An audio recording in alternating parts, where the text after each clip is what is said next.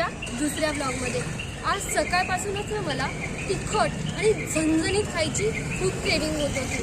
आणि तिखट आणि झणझणीत म्हणलं ना तर आपल्या महाराष्ट्रीयांच्या तोंडी एकच नाव असतं, ते म्हणजे मिसळ। आणि आज आलेली आहे मी मिसळ खायला माझ्या फेवरेट ठिकाणी, ते म्हणजे बार्बिक्यू थोरात यांची मिसळ। तर चला पाहू।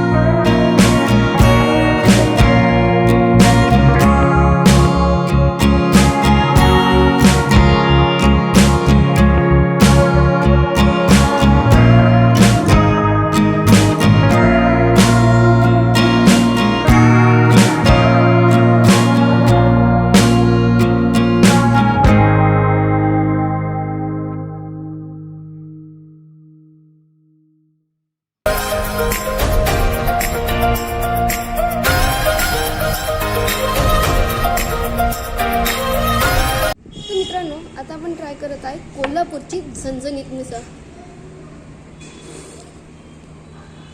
मित्रांनो, नावाप्रमाणे ही मिसळ खूप जास्त तिखट आहे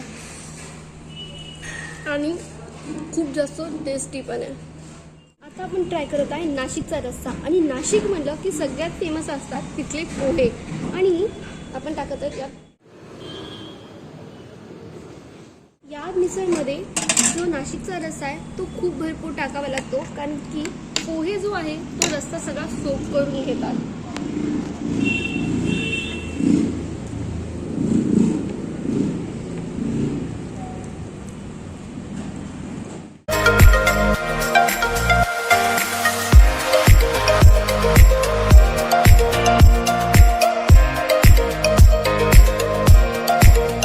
मित्रांनो, आता आपण ट्राय करू जैन रस्सा, जो आहे बिना कांदा आणि लसणाचा।